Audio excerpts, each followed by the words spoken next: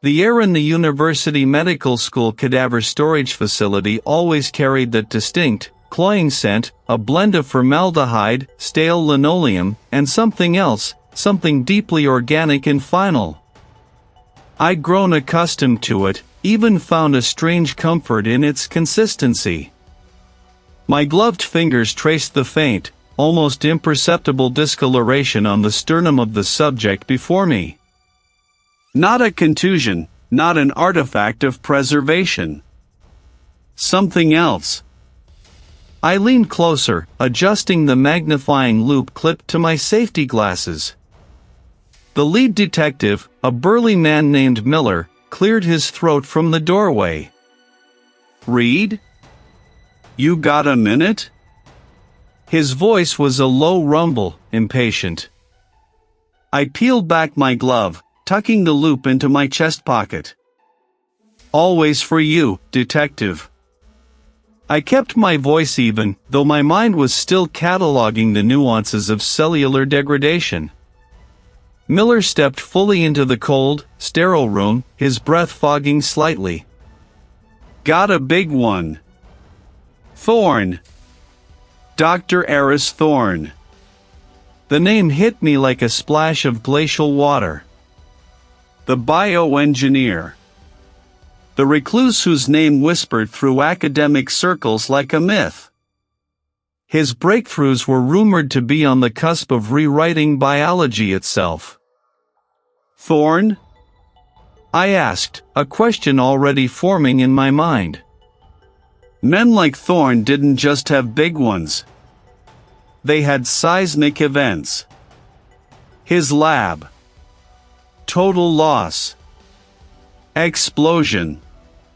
Initial reports are suicide or a catastrophic accident. The facility manager is saying it was Thorne's own doing, a miscalculation with his latest project. I stripped off my gloves, dropping them into a biohazard bin. "Where is it?" "The bioengineering facility on the North Campus. High security. You'll need clearance, but I've already put you on the list." Miller paused, then added, "It's bad, Reid. Real bad." The drive across campus was a blur of familiar brick buildings and manicured lawns, all leading to the stark, modern edifice of Thorne's research complex. Even from a block away, I could see the evidence of catastrophe. A section of the building's upper facade was buckled inward, blackened and scarred. Emergency vehicles, their lights a silent, urgent pulse, ringed the perimeter. Uniformed officers kept a tight cordon, pushing back a small gathering of gawkers and news crews. I flashed my credentials to the officer at the outer gate, then again at the inner checkpoint. The air here was different from the cadaver facility, acrid, thick with the smell of scorched electronics and something metallic, almost ozone-like. My stomach tightened, a familiar knot of anticipation and unease. Inside the building, the damage escalated. What had been a pristine, cutting-edge facility was now a testament to violent energy. Walls were blown out, equipment twisted into abstract sculptures of melted plastic-infused metal. Dust, fine and pervasive, coated everything like a shroud. A team of fire investigators was already sifting through debris in an adjacent corridor, their headlamps cutting through the gloom. Miller met me just beyond the inner blast door, his face grim. "Welcome to the epicenter, Reid." He gestured vaguely at the devastation. "They're saying a rupture in the primary containment field. Something went critical. Thorne was working on. Well, nobody really knows exactly what he was working on, but it involved highly volatile compounds." I stepped over a tangle of severed cables, my boots crunching on shattered glass. The heat, though residual, was still palpable. My eyes scanned the scene, taking in the broader strokes first, the pattern of the blast, the distribution of debris, the areas of most intense burning. It looked, on the surface, exactly as Miller described, a catastrophic accident. A brilliant mind, pushed to the edge, finally making a fatal error. We moved deeper into what remained of Thorne's main lab. The ceiling had partially collapsed here, exposing twisted rebar. A large workbench, once laden with sophisticated instruments, was now a mangled heap. And then, I saw him. Aris Thorne. He lay amidst the wreckage, surprisingly intact given the surrounding destruction. His body was positioned near what looked like the remnants of a control console, or perhaps a primary reactor. His lab coat, or what was left of it, was fused to his skin in places, blackened by charring. I knelt beside him, my gaze sweeping over the body, then the immediate surroundings. The fire investigators had already marked off areas, and a crime scene photographer was methodically documenting every angle. I ignored them, focusing on the details. The way the debris lay around Thorne suggested he had been thrown back, away from the console. There was significant thermal damage to his torso and arms, consistent with a rapid, intense heat event. "See?" Miller said, his voice low. "Looks like he was right there, probably trying to fix whatever went wrong." I nodded absently, my eyes still moving, searching. The console wreckage was a mess of melted circuitry and fractured casing. My gaze lingered on a section of the console base, where the blast seemed to have originated. There was a scorch mark there, a deep, almost perfectly circular burn pattern etched into the metal. It was unusual. Too defined. An explosion like this, a chaotic eruption of energy, should have left more diffuse, irregular burn marks. This was precise. And then I saw it. Just beside the clean, circular burn, on the underside of a barely recognizable data port, was a faint, iridescent residue. It wasn't a product of the explosion's heat, nor did it appear to be any component of Thorne's known experimental materials. It was too small to be easily noticed, almost microscopic, but to my eye, it stood out like a beacon. This detail, this tiny, shimmering anomaly, didn't fit. It spoke of intent, of something applied, not merely generated by a chaotic event. Aris Thorne had not died from a miscalculation. He had been murdered. And someone had gone to extraordinary lengths to make it look like he hadn't. Misery twinged. I moved closer to what remained of Thorne's main workstation, careful not to disturb anything. The console was a melted sculpture of plastic and wires, but beneath its ruin, a faint, almost imperceptible detail snagged my attention. A scorch mark on the reinforced floor, no larger than my thumb, stood out against the broader charring. It was a perfect, almost geometric circle, darker, more intense than the surrounding damage, as if a pinpoint of extreme heat had been applied before the general conflagration. It didn't fit the narrative of a chaotic explosion. Explosions were messy, unpredictable. This mark suggested precision, control. It was a whisper of intent and a scream of destruction, and I already knew this case was going to be anything but simple. The preliminary autopsy report, delivered by the medical examiner in her perpetually cool office in the police department basement holding forensic samples, only deepened my skepticism. "No defensive wounds, Reid," he reported, his voice dry as he flipped through the digital images. "But the thermal damage. It's peculiar.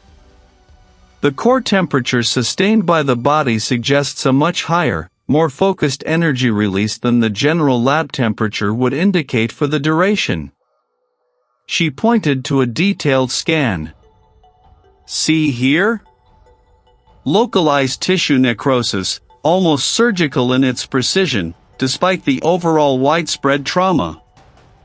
It's like he was hit directly by something incredibly hot, something contained, before the lab itself went up.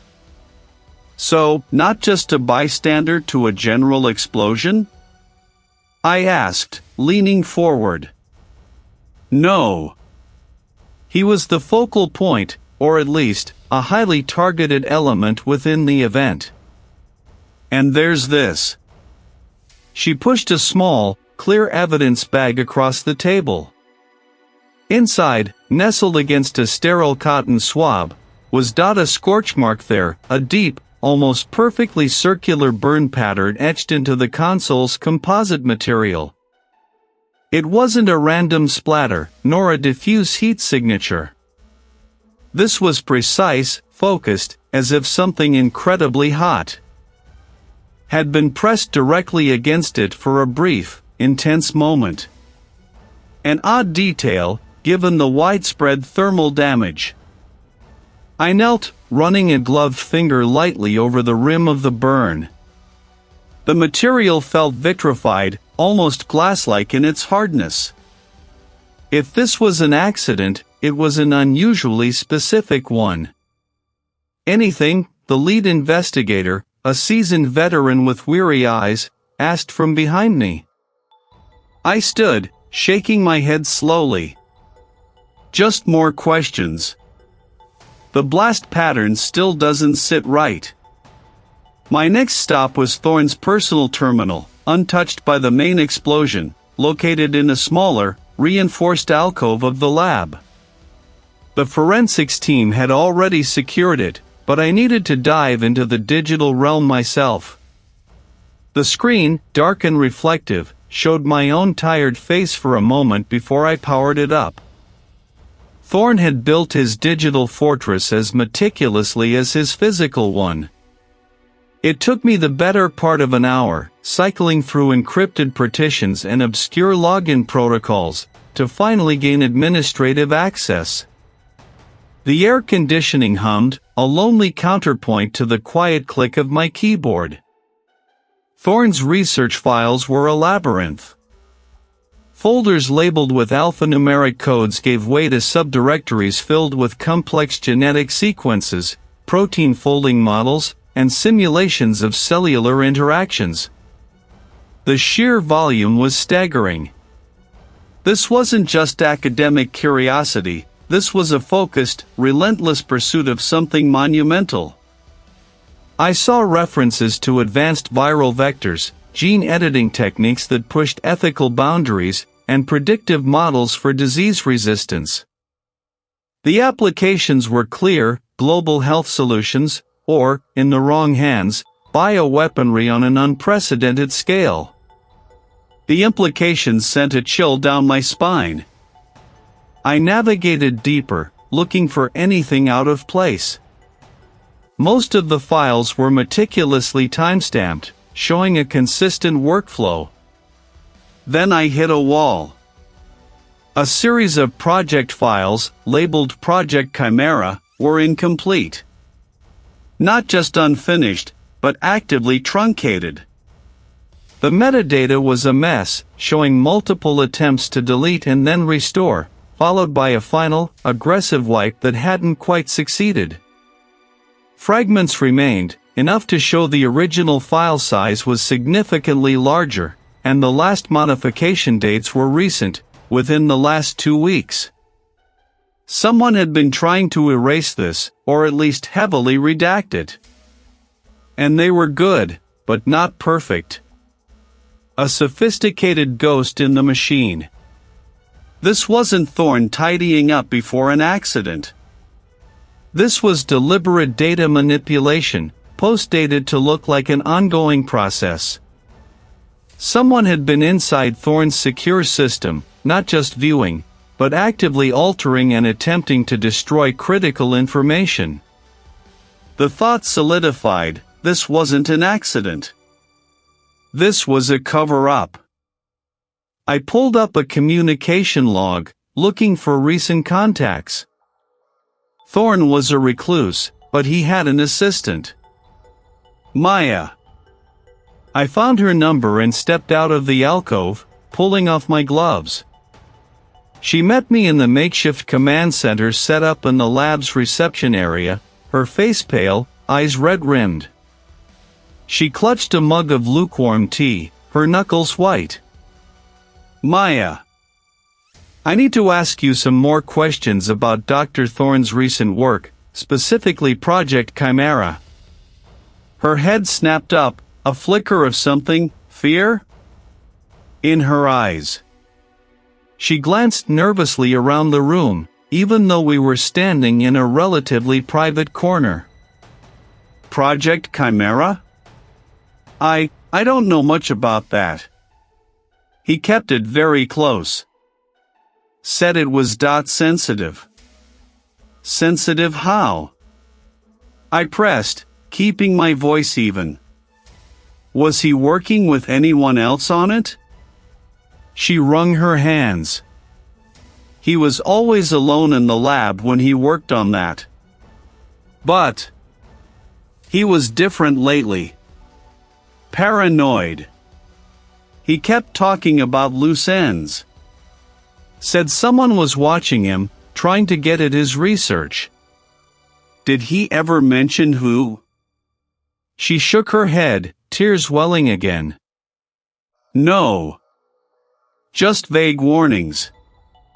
He reinforced the lab's security himself. Added extra layers of encryption to his files.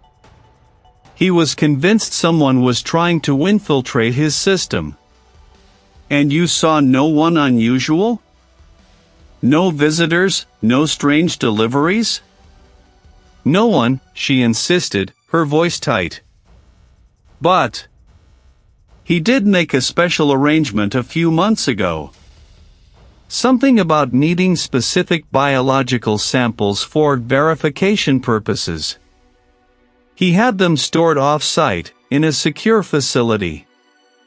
Said it was a temporary measure, for a very specific part of his sequencing work that required highly controlled conditions. What facility? I asked, a fresh lead igniting in my mind. She hesitated, then mumbled, the University Medical School Cadaver Storage Facility. He had a special permit. Said it was the only place with the right environmental controls, and for the kind of. Not the kind of place you'd typically store cutting-edge genetic samples. Thorne's paranoia, the targeted data wipe, and now this unusual storage arrangement, it all painted a picture of a man desperate to hide something, or someone. The scorch mark on the console, the truncated files, Maya's fear. It wasn't an accident. It was a message. My gloved finger traced the edge of it, feeling a faint, almost imperceptible grit. The scorch itself wasn't the anomaly. A lab accident could leave behind all sorts of residue. It was the material within the scorch, a microscopic, almost crystalline shimmer that caught the beam of my penlight. It wasn't metal slag, nor charred biological matter. It was something else entirely.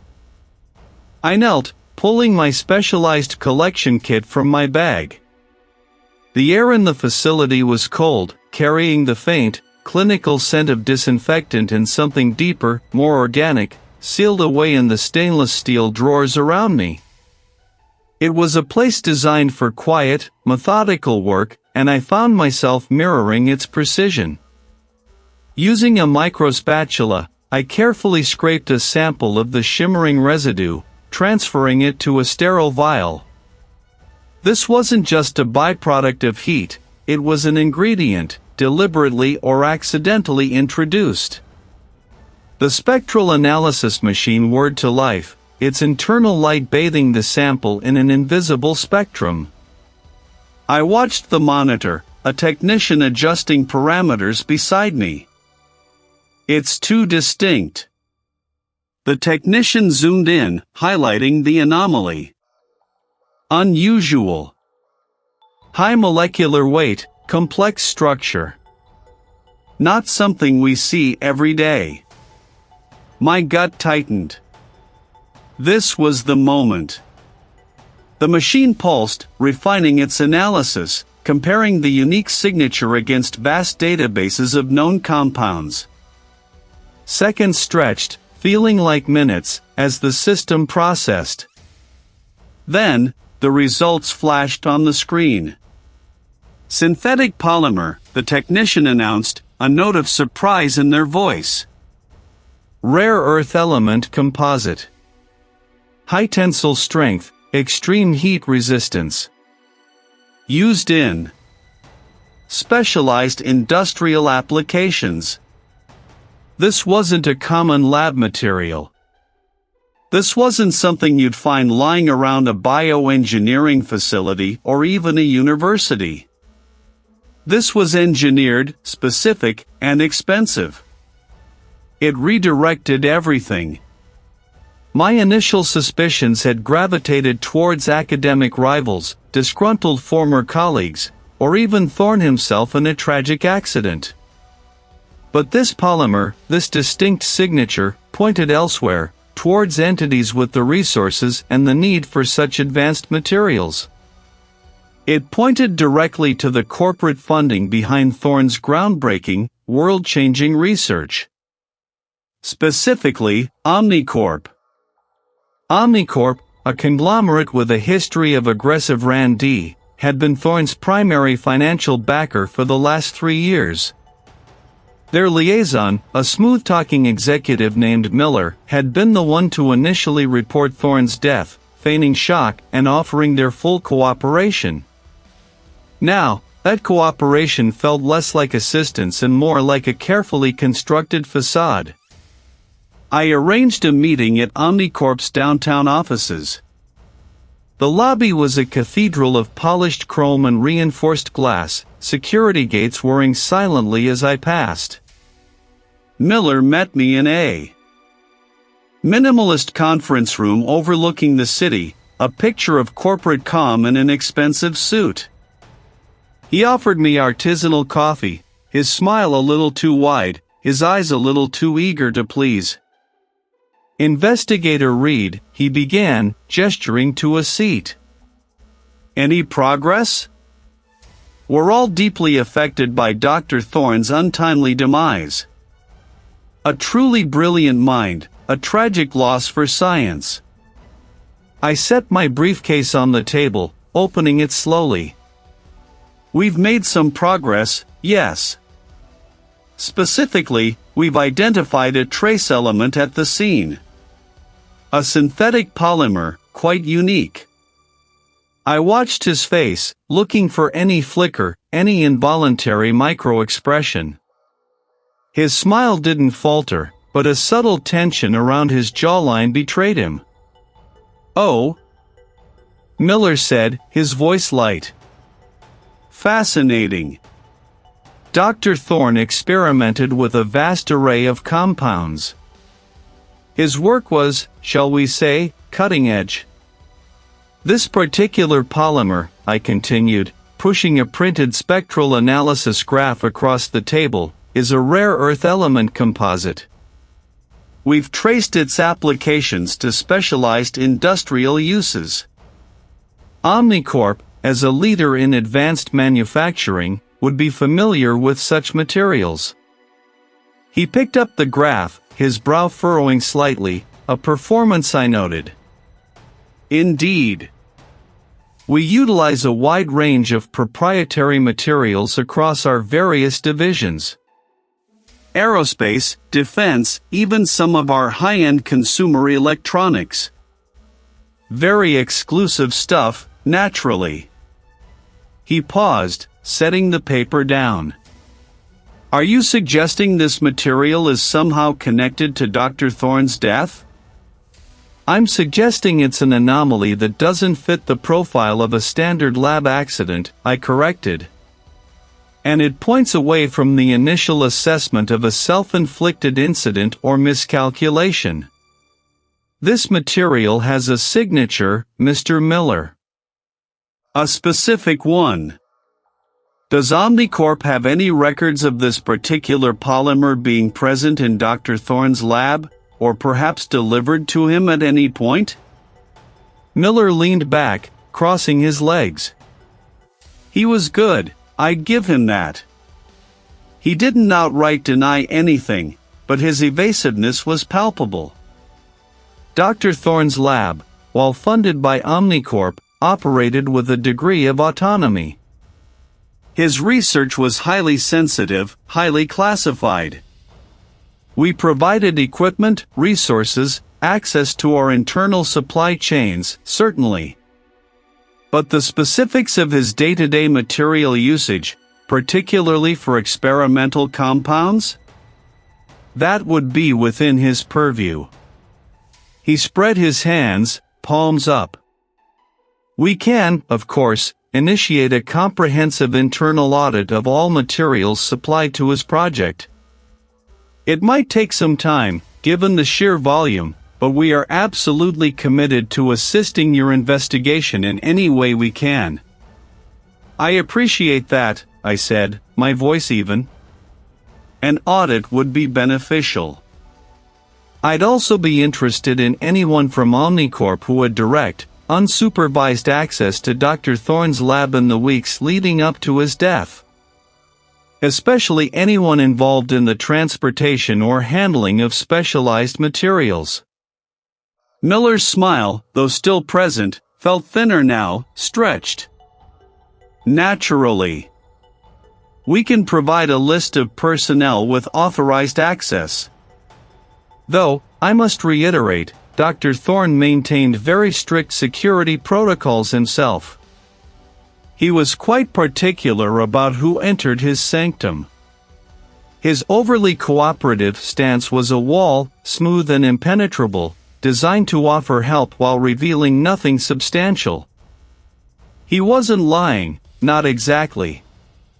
He was choosing his words with surgical precision, deflecting every direct question into a promise of future, time-consuming assistance. The tension in the room thickened, not from open conflict. From the subtle dance of wills, the unspoken knowledge that we were both playing a game. The stakes were far higher than just corporate reputation. This wasn't just about a rare polymer, it was about who placed it there, and why Thorne's death was being so meticulously obscured. The polymer, a synthetic marvel, still held my attention.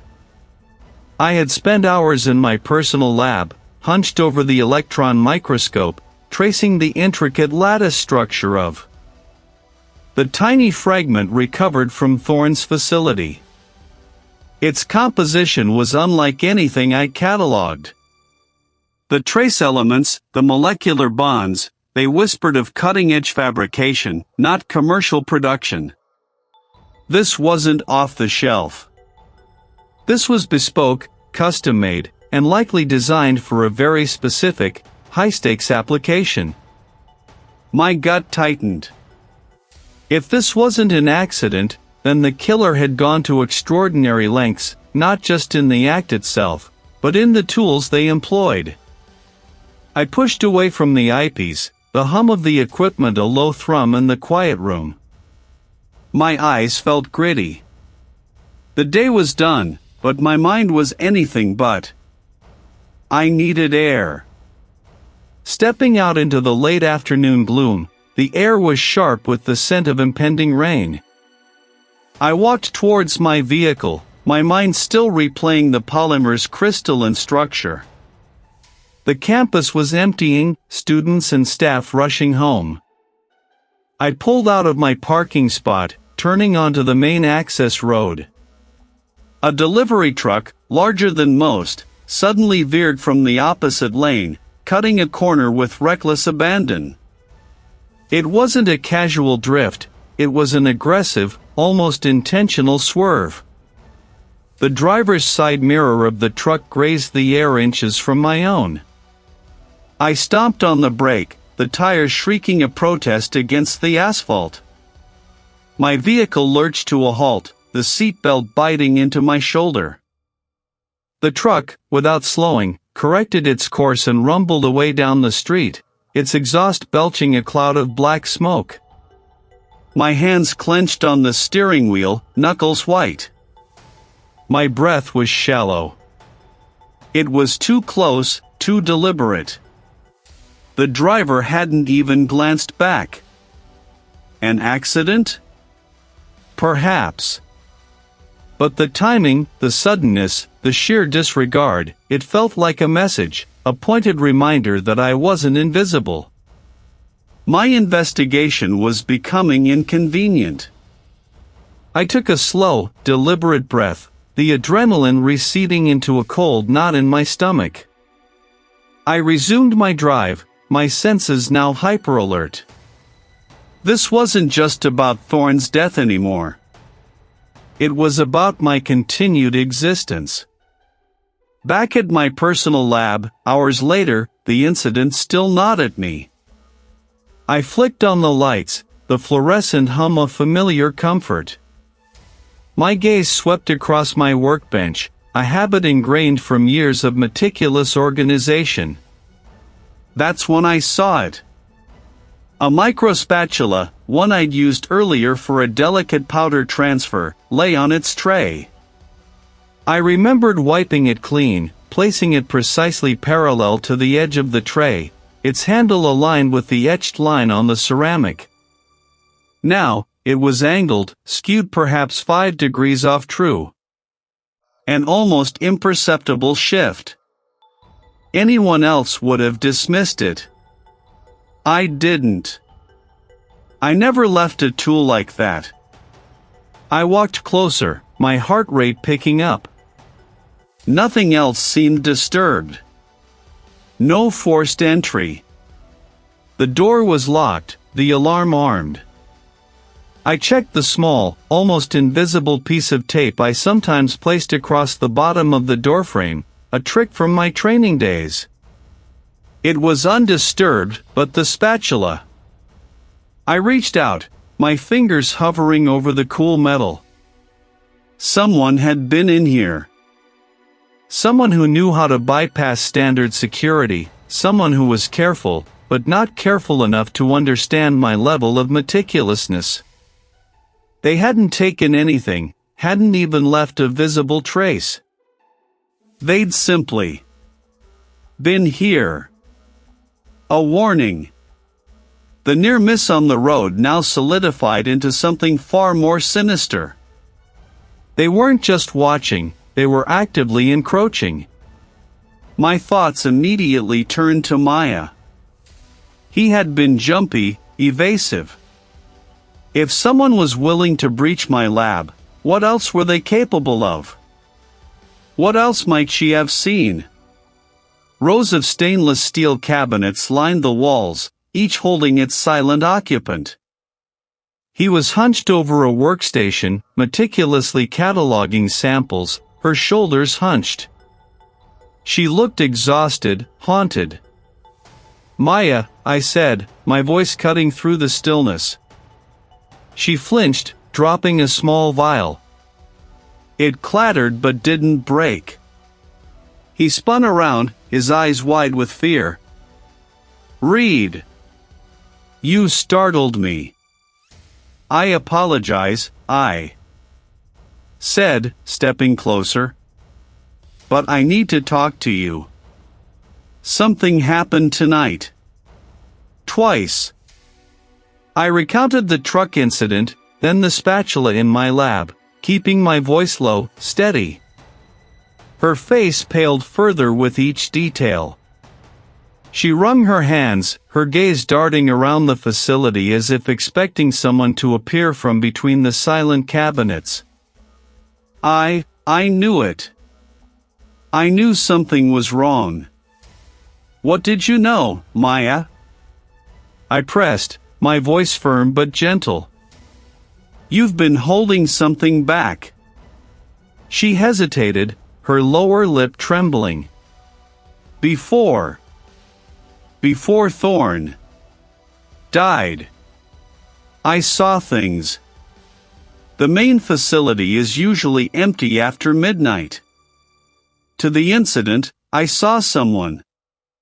An individual, not part of the regular staff. They moved quickly, like they didn't want to be seen. But I saw them accessing Thorne's lab. Not through the main entrance, but through the service tunnel that connects to the old ventilation shafts. It's supposed to be sealed off, only accessible for maintenance with special clearance. My mind raced. A service tunnel, an unknown individual, after hours. This wasn't a random break-in. This was calculated, precise. Did you recognize anything about them? A gate? A build? Anything distinctive? They were tall, she offered, her voice barely audible. And they carried a specialized case. Not a briefcase, more like a technician's kit, but sleek, metallic. I thought nothing of it at first. Thorne was always bringing in new equipment, testing things. But then, after everything, I realized it wasn't normal. What if they know I saw them? The pieces were beginning to fit, grimly. The polymer, the sophisticated breach, the escalating threats, and now, Maya's terrified confession. Thorne's death was no accident. And I was definitely getting too close. The hum of the servers in Thorne's lab was a dull counterpoint to the rapid clicks of my keyboard. I was deep in the digital architecture of the facility, sifting through the granular logs of the environmental control systems, the network traffic, the security camera feeds. Every sensor, every switch, every automated protocol left a digital breadcrumb. My fingers flew across the keys, pulling up data streams, cross-referencing timestamps, looking for the telltale stutter in the system's heartbeat. The initial reports had been neatly filed: equipment malfunction, atmospheric anomaly, tragic accident. But the polymer trace, the precise burn patterns, Maya's hushed terror, they screamed a different story. I believed her. Thorne hadn't been clumsy, he'd been targeted. The lab's bespoke atmospheric regulators were designed to maintain an incredibly stable environment, critical for Thorne's sensitive work. The logs showed a subtle, almost imperceptible dip in oxygen levels, followed by a spike in a specific inert gas. It wasn't a sudden, catastrophic failure, but a gradual, deliberate shift. Too smooth, too controlled for an accident. An automated system would flag this, correct it, or shut down. This one hadn't. Digging deeper, I found an override command. It was like watching a ghost move through the system, leaving no direct fingerprint but twisting the locks as it passed. The security chief had provided me with the full access logs, confident in their integrity.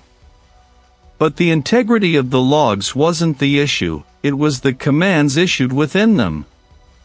The chamber's internal sensors, usually hypervigilant, reported everything within nominal ranges even as the external logs showed the environment slowly shifting.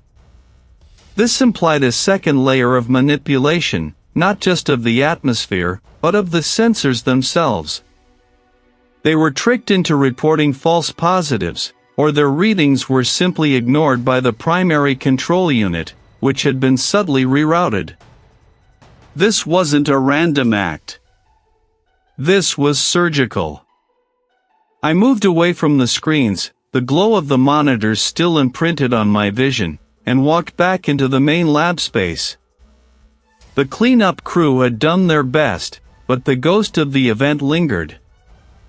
I knelt by the scorched console, running my gloved fingers over the residual char.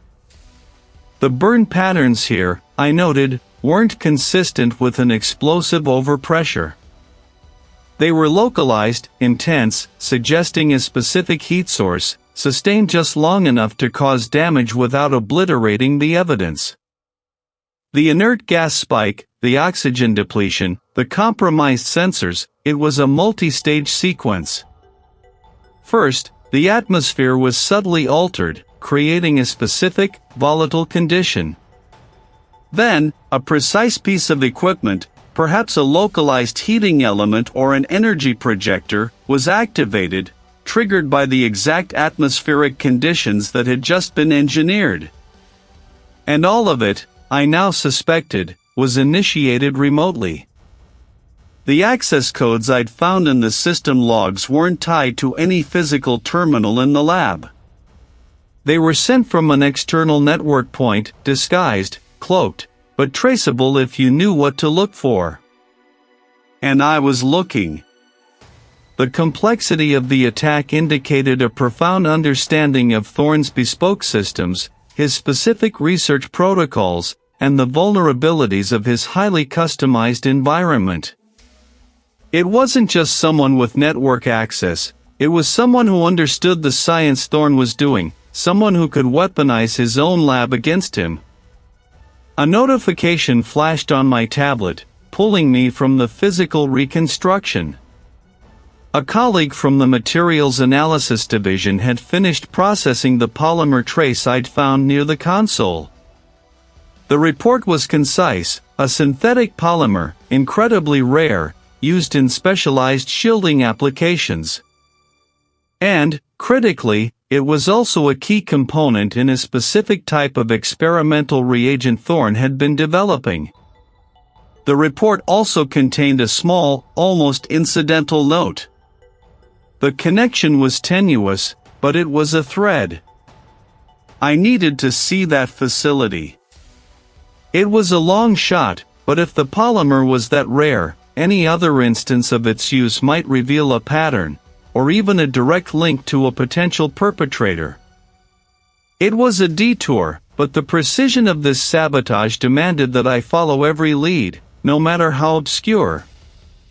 The killer had left a digital footprint, a physical signature, and perhaps, an unexpected connection to a place far removed from Thorne's cutting-edge lab.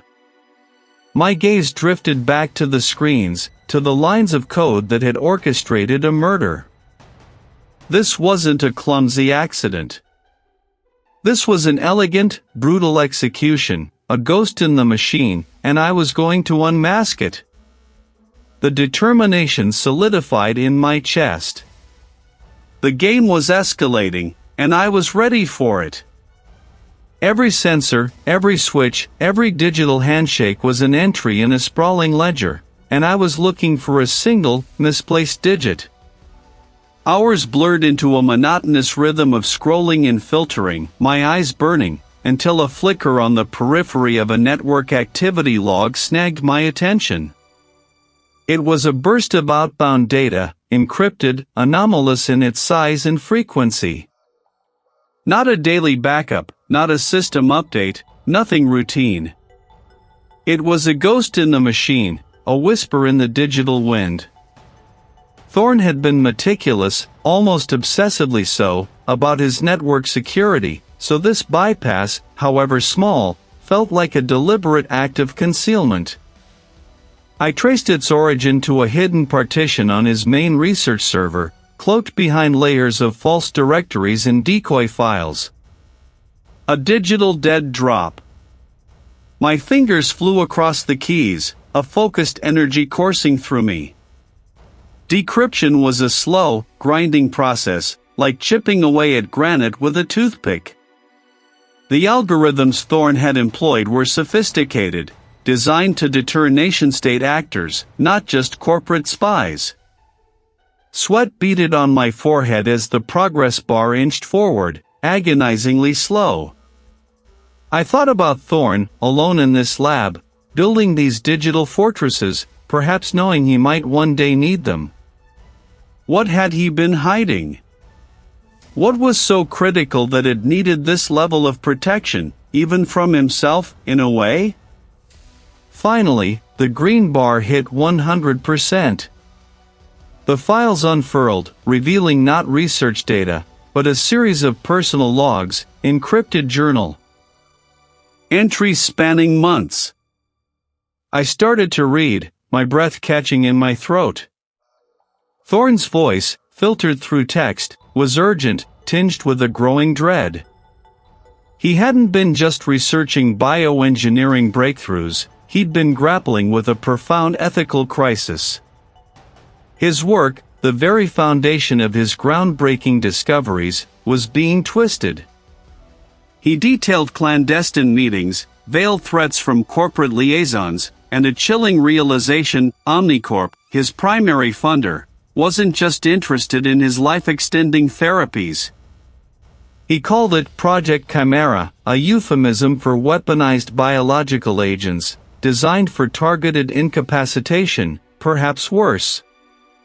They want to control life, not extend it, one entry read. My work. It's a blueprint for a cage, not a key to freedom. My earlier hypothesis, that the killer was after Thorne's research, suddenly felt too simplistic. Thorne wasn't just a brilliant scientist, he was a whistleblower in the making, and he intended to expose Project Chimera and Omnicorp's involvement. He'd meticulously documented everything, including his plans to leak the information to a global oversight committee. The murder wasn't about theft, it was about prevention. It was about controlling the narrative, burying a truth that could shatter a corporate empire. A knot tightened in my stomach. This wasn't just a murder investigation anymore. This was a race against a powerful, unseen enemy, one willing to kill to protect their secrets. The stakes had just escalated beyond anything I'd imagined. A hard drive containing all my evidence, disguised as a standard anatomical specimen record, stored off-site. My mind reeled. It was genius, in a morbid way. I shut down Thorne's system, the hum of the servers now a distant memory as I grabbed my jacket and headed for the door. The drive across the city was tense, the streetlights reflecting off the wet asphalt like anxious eyes. The campus was quiet, deserted save for a few late-night students hunched over books in the library. A security guard, a man with tired eyes and a thick mustache, sat behind a desk just inside the heavy, reinforced doors. "Evening," I said, flashing my badge. "Forensic investigator, here on a follow-up. Need access to the storage facility." Specific request from the lead investigator. I kept my tone official, leaving no room for questions. The guard eyed my badge, then me, his gaze lingering for a moment. "Paperwork," he grunted, gesturing to a clipboard. I handed him a pre-filled access request I typed up earlier, knowing this kind of facility would have strict protocols. It listed a generic case number and a vague request for archived biological samples related to the Thorne investigation. It was a gamble, but I had little choice. He squinted at it under the dim fluorescent lights, then slowly pushed a visitor's log toward me. After I signed, he pulled out a heavy ring of keys. "All right, follow me. Keep your hands in your pockets. It's..." We passed rows of heavy, steel doors, each one numbered, leading to different sections. The door swung open with a soft hiss, revealing a vast, refrigerated space. Stainless steel racks stretched into the gloom, holding long, opaque body bags and countless clear, plastic containers filled with preserved specimens. "What exactly are you looking for?" the guard asked, his breath fogging in the frigid air. "A specific archival container," I lied smoothly, pulling out a small, laminated card. Thorne had mentioned in his logs a specific code, disguised as a standard internal inventory tag. It should be marked C7 Delta 9. He pointed a gloved hand down a narrow aisle. Third rack on your left, about halfway down. You've got 15 minutes. The silence was absolute, broken only by the low hum of the refrigeration units and the crunch of my shoes on the polished concrete. Third rack, halfway down. My eyes scanned the labels, each one a stark reminder of the facility's purpose. Then I saw it, a sturdy, opaque plastic container, slightly larger than the others, with the precise alphanumeric code etched into its side. My gloved fingers fumbled with the clasps. Inside, nestled amongst what looked like anatomical models and preserved tissue samples, was a small, ruggedized external hard drive. It wasn't just a digital backup, it was a physical piece of the puzzle, a tangible link to Thorne's fear. This wasn't just a record of his research, this was the evidence he intended to use, the weapon he planned to wield against Omnicorp. As I secured the drive, a faint creak echoed from the main door, a sound too soft to be the guard shifting his weight. My head snapped up. Had I been followed? Had someone known about this failsafe? The killer wasn't just after Thorne, they were after anyone who dared to uncover Project Chimera. And now, I had its blueprint. I moved quickly, the cold seeping through my clothes, making my teeth ache. The low hum of the refrigeration units was the only sound, a constant, droning presence that seemed to amplify the silence. The detective had left me with a heavy-duty tablet, its screen glowing a stark blue in the dim aisle. Secure server access, he'd grunted, isolated from the main network. No external traces. A strange place to keep sensitive corporate data, but perhaps that was the point, obscurity by design. I pulled my jacket tighter, my fingers already stiffening as I navigated the interface. My first task was to cross-reference the lab's access logs with the employee profiles. The sheer volume of data was daunting, a digital ocean of timestamps, swipe card entries, and biometric scans. I filtered by date, focusing on the days leading up to the incident, then expanded the window to include the week prior. The system was robust, designed for high-security environments, recording every breath, every entry. The initial pass showed a predictable pattern: Aris Thorne, his research assistants, the occasional maintenance crew.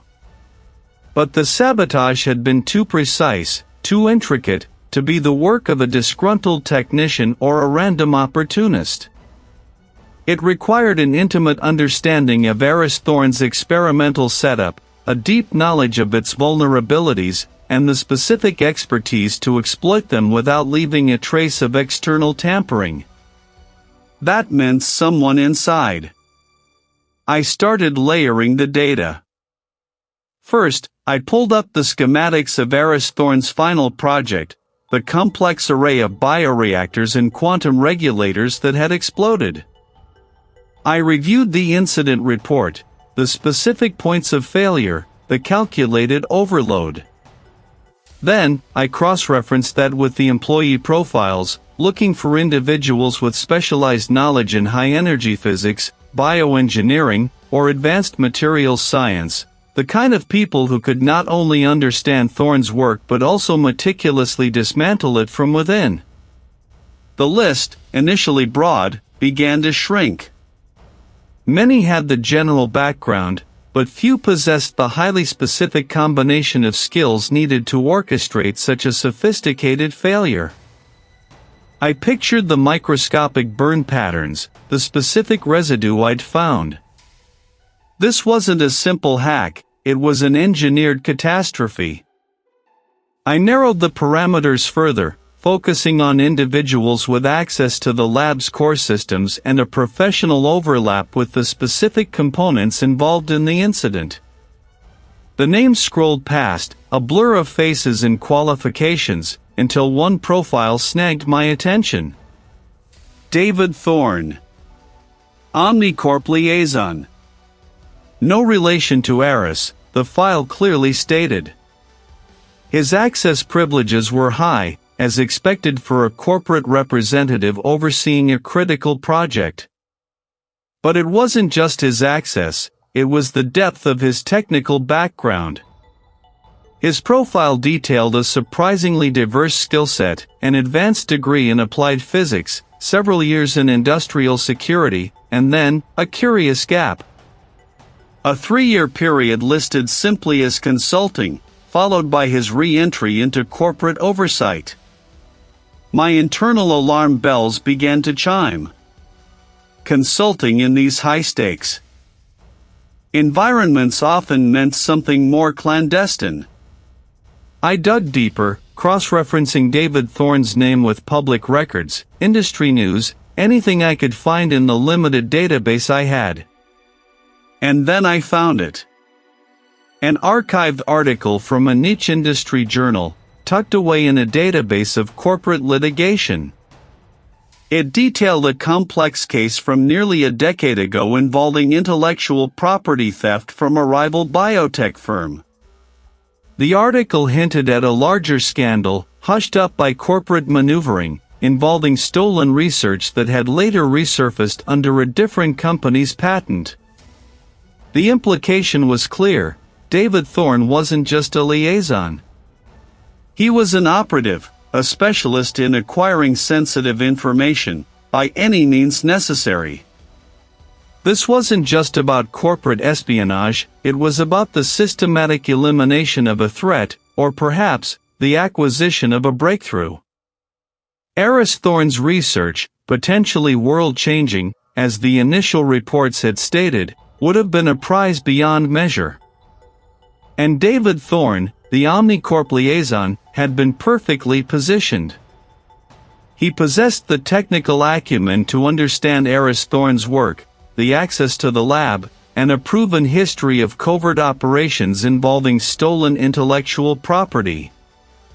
He was the inside man.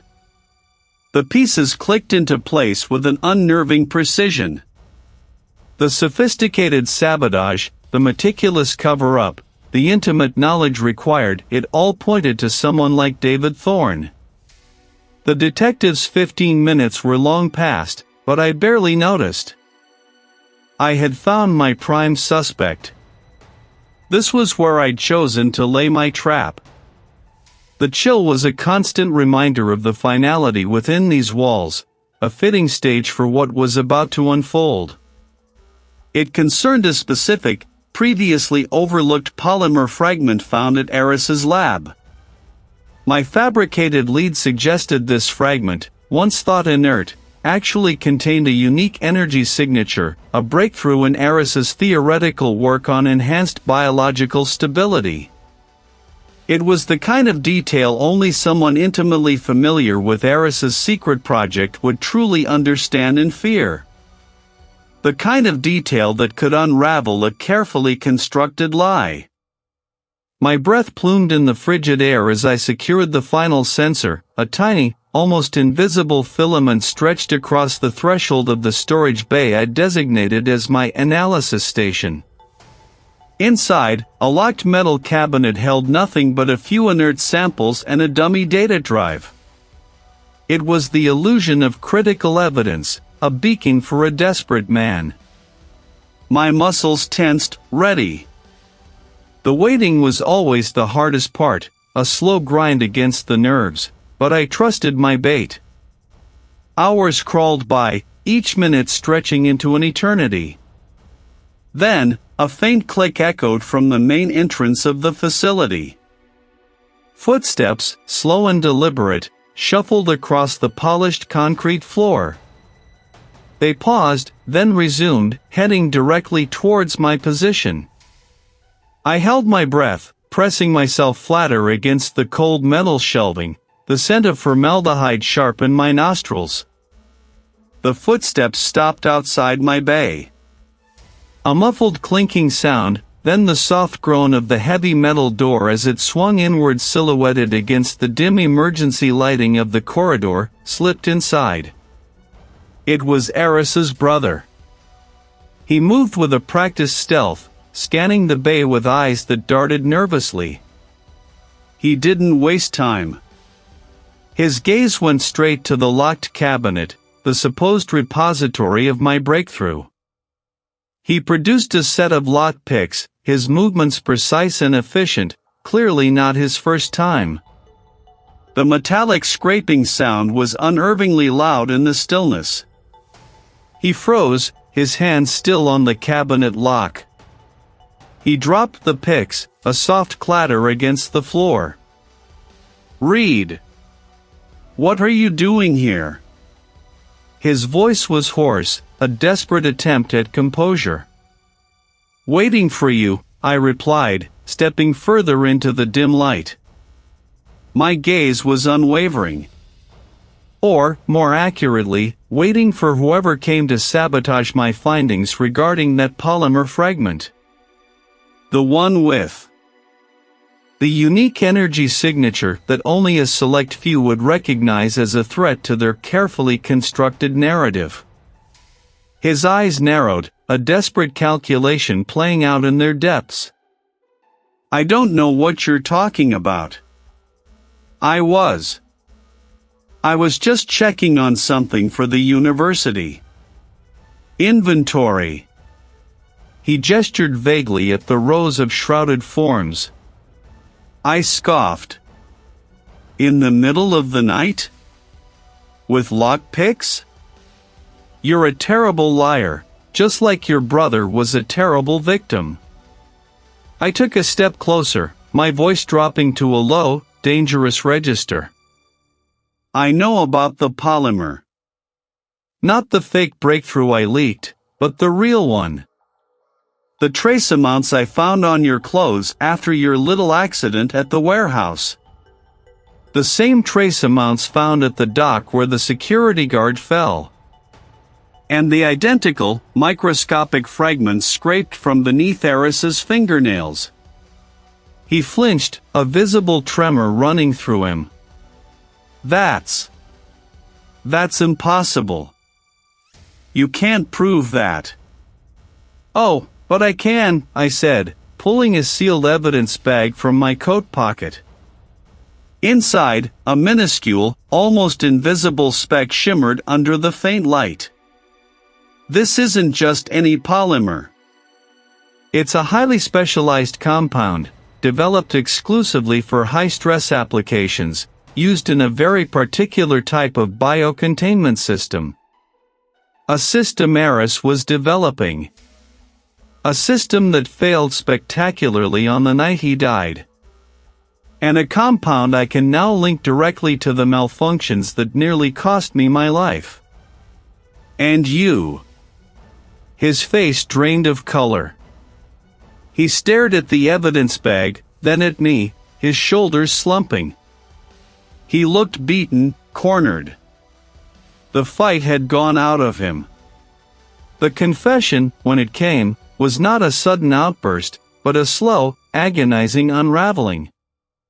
Omnicorp. Not the whole company, but a faction within it. They were pushing Aris's research in a direction he found abhorrent. Weaponizing his work. Bioweapon development. He was brilliant, but he had a conscience. He found out what they were planning, what they were doing with his data, and he threatened to go public. He looked up, his eyes pleading. I tried to talk him out of it. Tried to make him see reason. They're powerful, Reid. More powerful than you can imagine. They offered me a position, an opportunity. If I could just neutralize him. Make it look like an accident. They knew I understood his lab, his protocols. They promised protection, a future. They said it was for the greater good, to contain the damage Aris would do by exposing them. He was going to bring down everything. My mind raced, connecting the dots. It all clicked into place. Aris hadn't been a victim of his own genius, he was a casualty of corporate ambition and a brother's betrayal. The true scale of it was just beginning to emerge.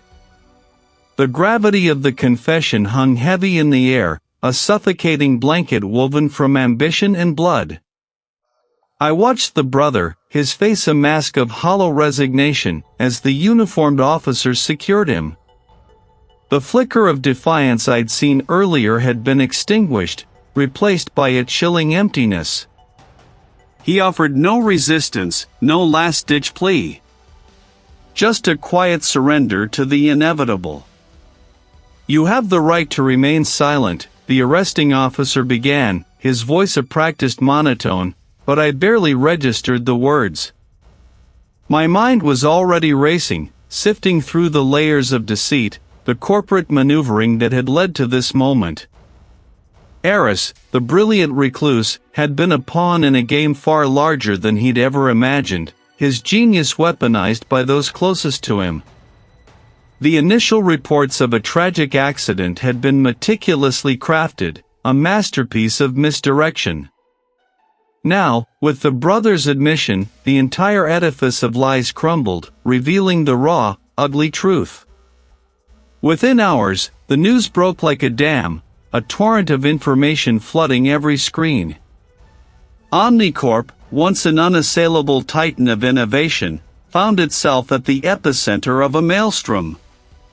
The brother's confession, corroborated by the evidence I'd painstakingly gathered, implicated several high-ranking executives. The arrests began swiftly, a domino effect that sent shockwaves through the financial markets and corporate boardrooms. I watched the unfolding drama from a small, sterile debriefing room, the television screen casting a pale glow on the faces of the federal agents and corporate security personnel gathered around me. A seasoned reporter, her voice tight with barely contained outrage, detailed the intricate web of corporate espionage and familial betrayal.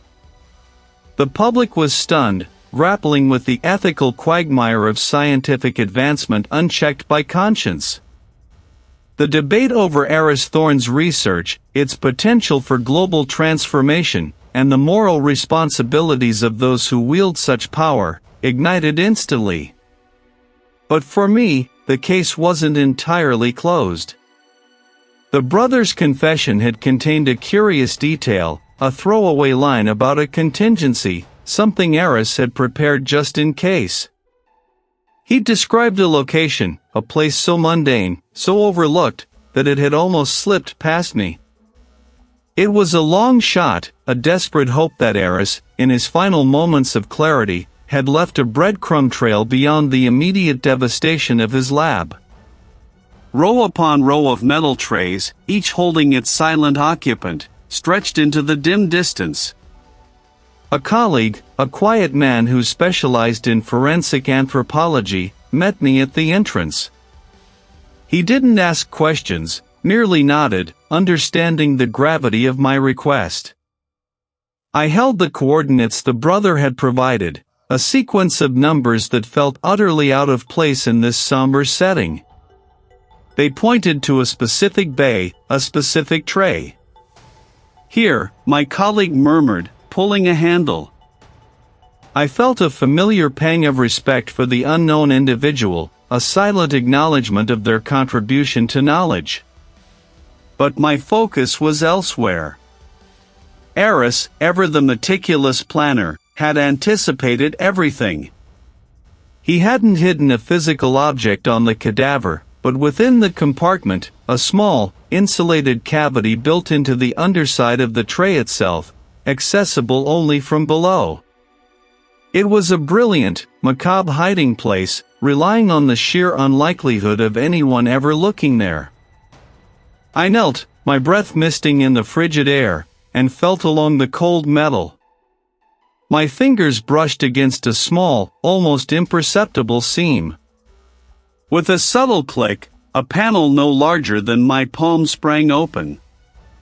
Inside, nestled in a layer of foam, was a single, encrypted data chip. This was it. The contingency. The full scope of Aris Thorne's research, unredacted, uncompromised. It wasn't just the energy source, the world-changing power Aris had been on the verge of perfecting. It was something more, something that hinted at a deeper understanding of biological processes, a potential for both unparalleled healing and unimaginable destruction. The implications hit me with the force of a physical blow. This wasn't merely a corporate secret, it was a global game-changer. The chip represented power on an unprecedented scale, a technology that could reshape geopolitics, economics, and the very fabric of human existence. The brother hadn't understood the full weight of what he'd helped conceal, only the immediate financial gain. The conspiracy within Omnicorp was unraveling, but the future of Aris's research, now exposed to the world, was a volatile, unpredictable force. Governments, intelligence agencies, international organizations, they would all converge, vying for control of this ultimate discovery. My part in uncovering the truth was done, but the aftermath, the wider implications, had only just begun. The tension was palpable, not just in the air, but in the very fabric of the world, now irrevocably altered. It was a different kind of antiseptic, colder, more clinical than anything I'd encountered in Thorne's ruined lab. Here, the air was thick with finality, not the vibrant hum of potential. Row upon row of stainless steel trays lined the chilled room, each bearing its silent occupant. I wasn't here for a new lead, the case was closed, the confession secured. I was here to understand the ending. My gaze settled on the tray that had once held Aris Thorne. It was empty now, processed, released. He hadn't just confessed to a murder, he'd laid bare a cautionary tale about the corrosive power of envy and the brutal calculus of academic survival. He saw Thorne not as a sibling, but as a rival, an obstacle to a future he believed was his by right. That kind of self-deception, the way ambition could warp reality until murder seemed a logical step, was always the hardest part to reconcile. I walked slowly, the rubber soles of my shoes squeaking softly on the polished concrete floor. The brother, for all his malice, had inadvertently prevented a far greater catastrophe. He hadn't understood the true implications of Thorne's final project, only its perceived value and his own desperate desire to control it. The case had been a grinder, each piece of microscopic evidence, each cryptic data fragment, demanding a piece of me. The meticulous dissection of burn patterns, the almost invisible traces of an unfamiliar compound, the subtle shift in air pressure readings, each detail had been a breadcrumb leading into a maze. I'd walked that maze, often alone, driven by an unshakable conviction that the truth lay beneath the layers of carefully constructed deception. There had been moments, late nights hunched over a microscope, when the sheer complexity of it threatened to overwhelm me. Moments when the world outside the lab, with its everyday concerns, seemed impossibly distant, irrelevant. But the work was never truly about me. It was about Thorne, about the pursuit of justice for a man whose genius had made him a target. It was about the unseen victims, those who would have suffered the consequences of unchecked scientific hubris or malicious intent. The deeper I delved, the clearer it became that the brother's crime was merely the final, brutal punctuation mark on a sentence begun by Thorne's own ethical ambiguities. His groundbreaking work, for all its potential to revolutionize, also carried a devastating capacity for misuse. It was a stark reminder that innovation, untethered from moral anchors, could become a destructive force. It allowed for clarity, for an unvarnished assessment of the cost. The cost to Thorne, dead by the hand of his own blood. The cost to the brother, his life now a cage of regret and consequence. And the cost to the scientific community, grappling once more with the specter of what could go wrong when the pursuit of knowledge outpaced wisdom. My commitment to this work, to the meticulous unraveling of the truth, remained unshaken. If anything, it had been reinforced. It was a heavy burden, carrying the weight of such truths, but it was a necessary one. The case of Aris Thorne was closed, its violent narrative finally complete. But the larger story, the one about the relentless march of human ingenuity and its perilous dance with human nature, was far from over. And when that call came, I would answer, ready to sift through the debris, to find the truth, no matter how deeply buried. The smell of the next investigation.